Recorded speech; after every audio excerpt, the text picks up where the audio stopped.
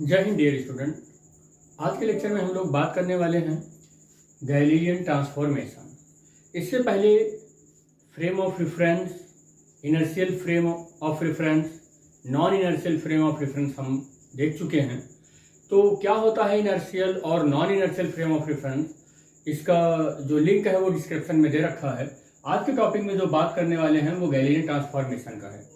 तो Galilean transformation क्या होता है, इसके लिए हम बेसिकली अगर हम बात करें तो किसी एक फ्रेम का जो मोशन है किसी दूसरे फ्रेम में हम जो कन्वर्ट करते हैं, ये कन्वर्ट करने का जो तरीका है उनमें से एक है गैलीलियन ट्रांसफॉर्मेशन। या हम ऐसे भी कह सकते हैं कि Galilean transformation are the transform the coordinate of a particle to one inertial frame to another inertial frame. तो हम ऐसे भी कह सकते हैं कि किसी एक इनर्शियल फ्रेम से किसी दूसरे इनर्शियल फ्रेम में किसी ऑब्जेक्ट या पार्टिकल के मोशन को कह सकते हैं, किसी पार्टिकल के एक कोऑर्डिनेट को किसी इनर्शियल फ्रेम से दूसरे फ्रेम में कन्वर्ट करने का जो ये तरीका है, इसी को हम लोग गैलीलियन ट्रांसफॉर्मेशन कहते हैं। एक्चुअल में अगर हम देखें तो हमारे आसपास जो घटनाएं घट रही होती हैं वो दो तरीके से घटती हैं। एक तो ऐसी घटनाएं घटती हैं जिनका स्पीड बहुत कम होता है, एक ऐसी घटनाएं घटती हैं जिनका स्पीड बहुत ज्यादा होता है। जिनका स्पीड इतना ज्यादा होता है कि लगभग लाइट की स्पीड से चलते हैं, जो कि लाइट की स्पीड c जो है वो 3 × 10⁸ मीटर पर सेकंड है। और कुछ जो ऐसी घटनाएं होती हैं जो लाइट की स्पीड के कंपैरिजन करें तो बहुत ही कम स्पीड से चलती हैं, जिसको हम नॉर्मल अपने डेली लाइफ में ऑब्जर्व करते हैं, जैसे कि speed of the car, speed of cycle, speed of the man.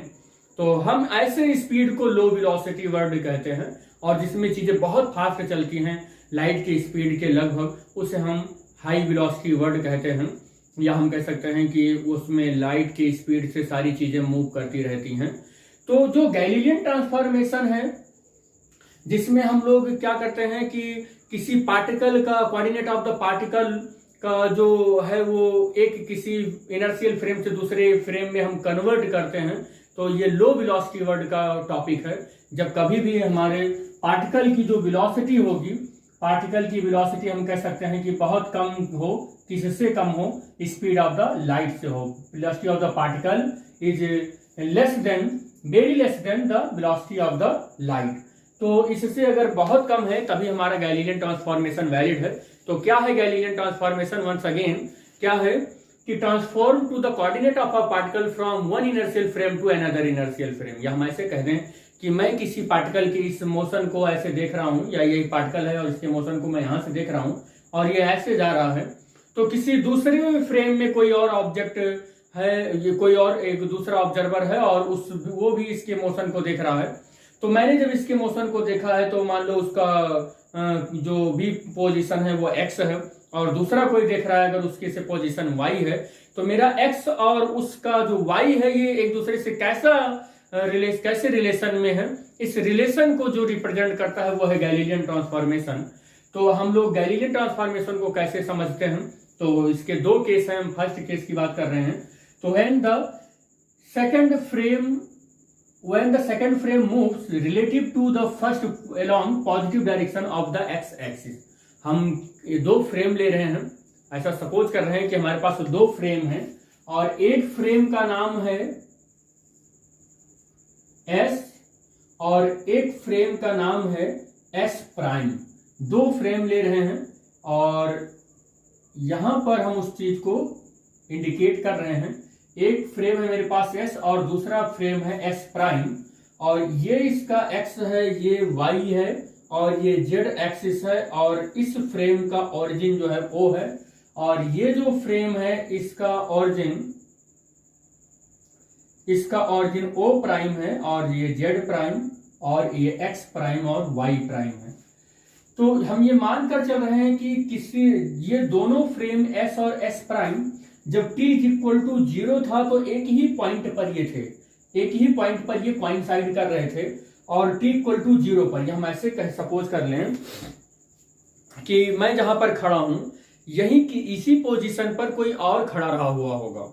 और वो जब एक v कांस्टेंट स्पीड से किसी डायरेक्शन में वो चला गया और मैं वहां पर खड़ा हूं, या मैं कह सकता हूं कि वहां पर एक रेफरेंस पॉइंट है जहां पर मैं एक कोऑर्डिनेट सिस्टम मान सकता हूं, और उस कोऑर्डिनेट सिस्टम को भी एक कोऑर्डिनेट सिस्टम को अगर मैं एक फ्रेम के रूप में मानूं तो वहां का ओरिजिन ओ मैं मान लूं जिस पर t=0 है, और यहीं से एस प्राइम जो है मूव कर रहा है, और मूव कर कर ये क्या हुआ है कि टी टाइम में यहां पर आ गया है, टी टाइम में यहां पर आ गया है, और जो फ्रेम ये मूव कर रहा है इसका जो वेलोसिटी है वो v है, और जो कि क्या मानकर चल रहा हूं कि वो कांस्टेंट है। याद रखना है हमें कि ये जो फ्रेम है एस प्राइम, ये मूविंग फ्रेम है जिसकी स्पीड v है और ये कांस्टेंट स्पीड से चल रहा है, और ये जो हमारा s है ये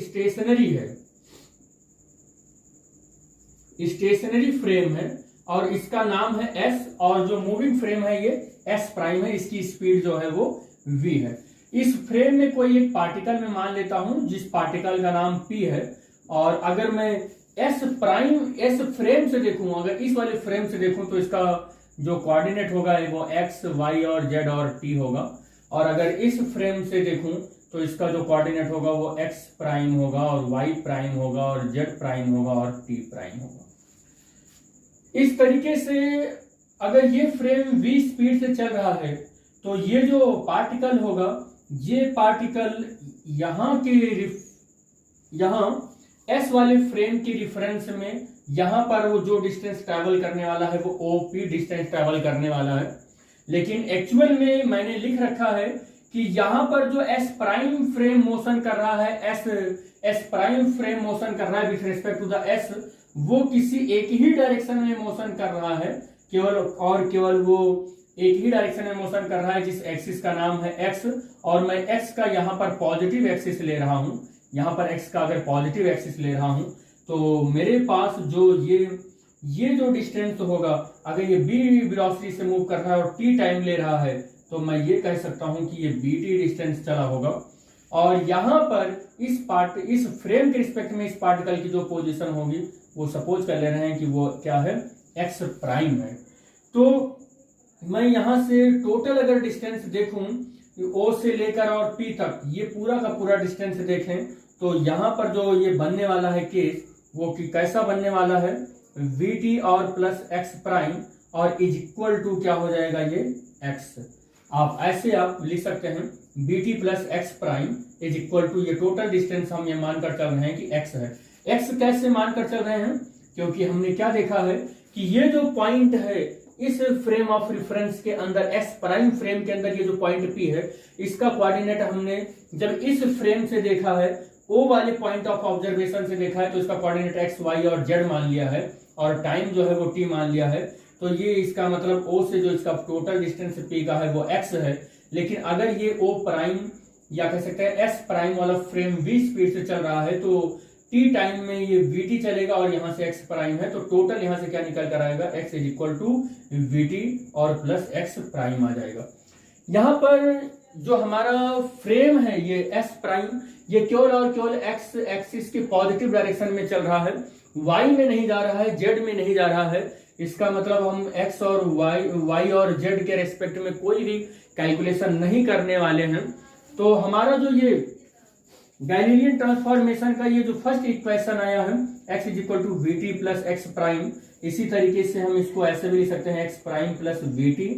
और y एक्सिस में अगर लिखें तो y is equal to y prime आएगा, और z equal to z prime आएगा, और t is equal to t prime आएगा। इसी को हम लोग गैलीलियन ट्रांसफॉर्मेशन कहते हैं। यही हमारा क्या है, गैलीलियन ट्रांसफॉर्मेशन इक्वेशन बोलते हैं। और इसी का हम एक और इक्वेशन लिख सकते हैं, गैलीलियन इनवर्स ट्रांसफॉर्मेशन इक्वेशन भी लिख सकते हैं, और वो इक्वेशन होगा x prime is equal to x minus vt, y prime is equal to y, और z prime is equal to z, और t prime is equal to t। अब यहाँ पर एक चीज हमेशा दिमाग में कर रहा होगा कि मान लेते हैं कि हमारा जो s प्राइम में जो ये पार्टिकल है वो अलोंग द x एक्सिस में चल रहा है, तो हम जितने भी रिलेटिव चीजें हैं वो x एक्सिस के अलोंग ही देख रहे हैं। लेकिन वाई और जेड में नहीं देख रहे हैं तो यहाँ पर वो टर्म नहीं आएगा, क्योंकि वाई एक्सिस में इस फ्रेम ने मोशन नहीं किया है तो ये टर्म 0 है, जेड में ये टर्म 0 है तो ये पूरा यही रहेगा। लेकिन टाइम कैसे आ गया? तो आप विचार कीजिए कि अगर आप दो भाई हैं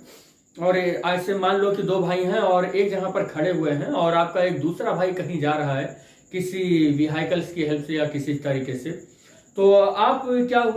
हुआ कि आपने कहा कि आपको 5 बजे यहाँ से निकलना है और 5 बजे अगर वो निकलता है और 1 घंटे के बाद वो फोन करता है आपसे कि मैं किसी एक स्पेसिफिक प्लेस पर हूँ,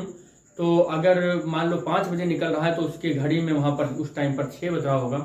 तो क्या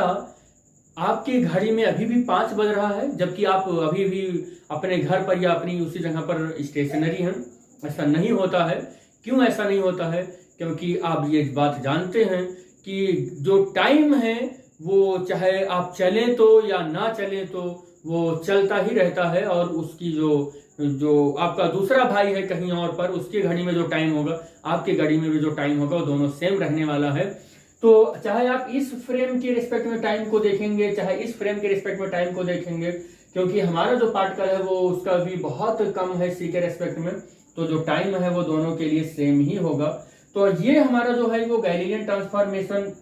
इक्वेशन है और ये गैलीलियन इनवर्स ट्रांसफॉर्मेशन इक्वेशन कहलाता है। अगर हम यहाँ पर इस फ्रेम को किसी पार्टिकुलर एक्सिस के रेस्पेक्ट में चलाए हुए हैं तब ये गैलीलियन ट्रांसफॉर्मेशन पाते हैं, लेकिन एग्जैक्टली जो गैलीलियन ट्रांसफॉर्मेशन है यहाँ पर वो एक्स एक्सिस में ही आ रहा है और वाई और जेड एक्सिस का मिसिंग है। एग्जैक्टली क्या हो सकता है कि ये जरूरी नहीं कि हमारा एक फ्रेम जो है अराउंड द एक्स एक्सिस ही चले, अराउंड द वाई एक्सिस ही चले, अराउंड द जेड एक्सिस ही चले। वो आर्बिट्ररी किसी भी एक्सिस में जाने का हमें इक्वेशन मालूम होना चाहिए, जनरलाइज इक्वेशन मालूम होना चाहिए। अगर हमारा एक्स में चल रहा है तो हम वहां से एक्स एक्सिस का ले लें, वाई में चल रहा है तो वाई का ले लें, जेड में चल रहा है तो जेड का ले लें। तो इस रेफरेंस में एक दूसरा जो केस बनता है वो क्या बनता है कि when the second frame is moving, कह रहा है कि एस प्राइम फ्रेम तो मूव कर रहा हो एस फ्रेम के रेस्पेक्ट में, लेकिन जो एस प्राइम का मोशन है वो क्या हो सकता है, एनी डायरेक्शन हो, यानी किसी भी डायरेक्शन में हो। तो when the second frame is moving along the straight line relative to the first along any direction, किसी भी डायरेक्शन में हमारा फ्रेम ऑफ रेफरेंस अगर मूव कर रहा हो तो उसका जो जनरलाइज इक्वेशन होगा वो क्या होगा। तो सपोज कर लेते हैं कि मेरे पास एक कोई फ्रेम ऑफ रेफरेंस है और ये ओ है, और एक कोई दूसरा फ्रेम ऑफ रेफरेंस है जिसका पॉइंट ऑफ ऑब्जर्वेशन जो है वो ओ है, ओ प्राइम है। और सपोज कर लेते हैं कि t इक्वल टू 0 पर ये दोनों फ्रेम एक दूसरे के एक ही पॉइंट पर ओ और ओ डैश एक कोइंसाइड कर रहा था, एक ही पॉइंट पर था, लेकिन t टाइम के बाद हमारा जो s प्राइम फ्रेम है, ये जो फ्रेम है s प्राइम फ्रेम है, ये क्या हुआ कि चलना स्टार्ट कर दिया। लेकिन मुझे अब यहां पर क्या लेना है कि ये किसी भी डायरेक्शन में जा रहा है, ये किसी भी डायरेक्शन में जा रहा है। अगर ये किसी भी डायरेक्शन में जा रहा है, एक्स में भी, वाई में भी और जेड में भी जा रहा है, तो अगर एक्स एक्सिस में जाएगा तो ये टी टाइम में V X T distance cover कर लेगा। अगर ये वाई एक्सिस में जाएगा तो उसी टी टाइम में V Y T distance cover कर लेगा। और अगर ये जेड एक्सिस में जाएगा तो वी जेड इंटू टी इतना डिस्टेंस कवर कर लेगा। यहाँ पर V X V Y V Z जो है वो इंडिकेट कर रहा है तो constant velocity of the frame of reference S prime with respect to the S. तो एस के रिस्पेक्ट में एस प्राइम फ्रेम का एक्स डायरेक्शन के अलोंग यहाँ पर ये वेलोसिटी,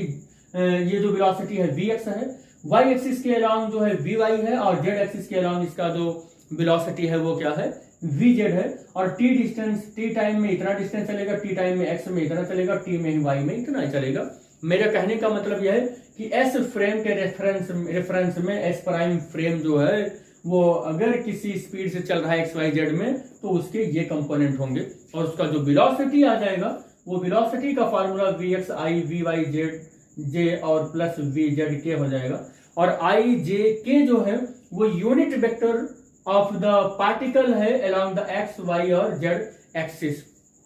ठीक है बेटे, अब यहां पर एक चीज हमें ये देखना है कि किसी भी डायरेक्शन में अगर है तो इसका जनरलाइज इक्वेशन हमें लेना है, इस पी पार्टिकल का इसका जनरलाइज इक्वेशन हमें लेना है। तो हमें मालूम है कि अगर जनरलाइज इक्वेशन लेना है तो यहां पर से अगर देखें एस फ्रेम में से देखें तो इस पार्टिकल का जो कोऑर्डिनेट है एक्स वाई जेड है, तो अगर यहां से देखें तो ये कितना बनने वाला है एक्स प्राइम बनेगा और प्लस कितना हो जाएगा वी एक्स टी बनेगा। ये फार्मूला बनेगा, क्योंकि आपको पता होना चाहिए कि ये जो डिस्टेंस है वो एक्स प्राइम है और ये distance V X into T plus X prime है। तो यहां से एक्स प्राइम और वी एक्स इंटू टी हो जाएगा अलोंग द एक्स एक्सिस। ऐसे इसी तरीके से वाई एक्सिस के अगर ये मान लो फ्रेम वाई एक्सिस में ऊपर जा रहा है, तो वाई एक्सिस में ऊपर जा रहा है, तब ये अगर मैं देखूं कि इस पी पार्टिकल का इस स्टेशनरी या इनर्शियल फ्रेम से इसका कितना डिस्टेंस होगा, तो y is equal to Y prime plus we Y और टी हो जाएगा। ऐसे में अगर जेड एक्सिस के रेस्पेक्ट में पी पॉइंट का देखूं तो z equal to Z prime plus V Z into T होगा। तो और यहां पर t इज इक्वल टू क्या हो जाएगा, t प्राइम ही होगा। दिस इज द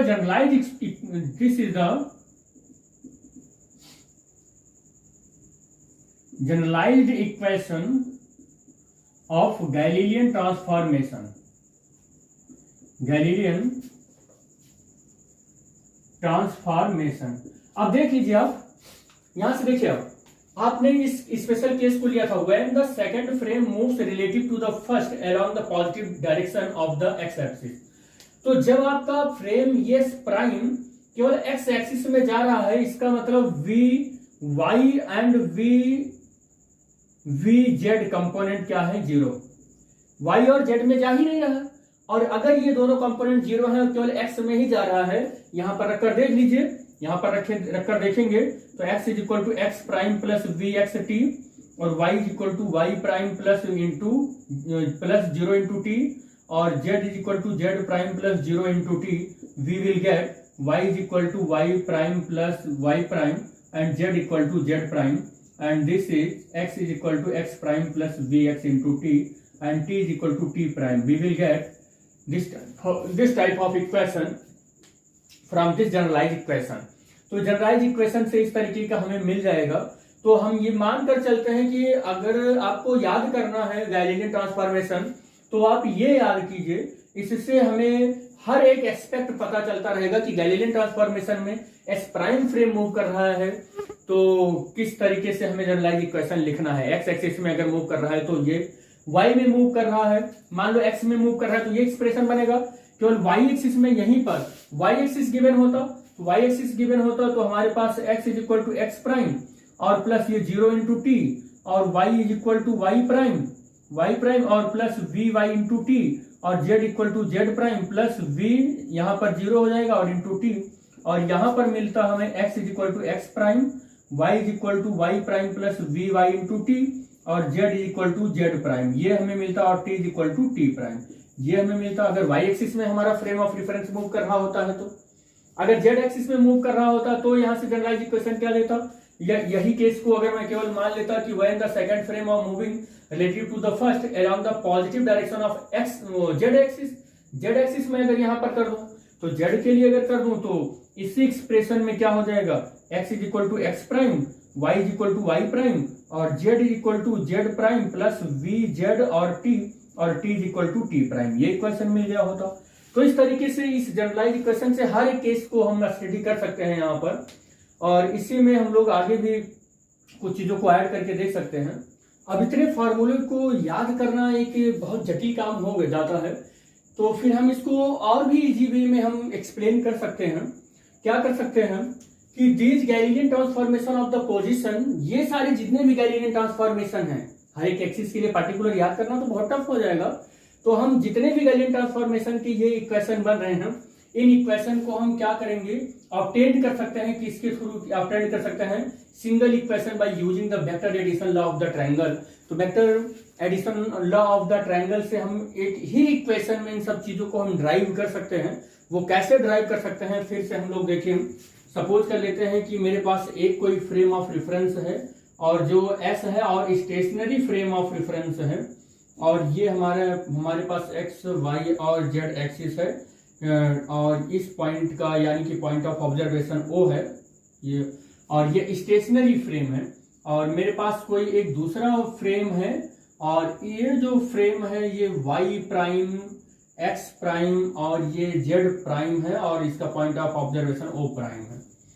सपोज कर लेते हैं कि यहाँ पर कोई एक पार्टिकल है और इस पार्टिकल को हम P कह रहे हैं, जिसका कोऑर्डिनेट x y z और t है, और वो एस फ्रेम से है। और यहाँ पर जो इसका कोऑर्डिनेट है एक्स प्राइम, वाई प्राइम और जेड प्राइम और टी प्राइम, ये जो कोऑर्डिनेट है इस पी पॉइंट का एस प्राइम फ्रेम से है, जिसकी स्पीड बी है और वो एक कांस्टेंट स्पीड से चल रहा है। या हम ऐसे भी कह सकते हैं कि यहाँ पर जो एस और एस प्राइम है ये इनर्शियल फ्रेम है, और अगर इनका एक्सीलरेशन कुछ है भी, तो अगर इसका एक्सीलरेशन ए है तो किसी दूसरे फ्रेम ऑफ रेफरेंस से भी देखें तो उसका एक्सीलरेशन ए ही आना चाहिए। और जब किसी डिफरेंट फ्रेम से हम देखते हैं और उस पार्टिकल का एक्सीलरेशन सेम आता है, तो हम यह कह सकते हैं कि चाहे जितने भी डिफरेंट फ्रेम्स हों और उन सारे डिफरेंट फ्रेम में अगर एक्सीलरेशन सबका ए ही ऑब्जर्व होता है, सेम एक्सीलरेशन ऑब्जर्व होता है, तो सब के सब एक इनर्शियल फ्रेम होते हैं। और अगर ये एक इनर्शियल फ्रेम है, ये अगर इनर्शियल फ्रेम है, तो मैं इसकी अगर पोजीशन को कैलकुलेट करूं तो ये P point S prime frame से जो होगा वो आर प्राइम पर होगा,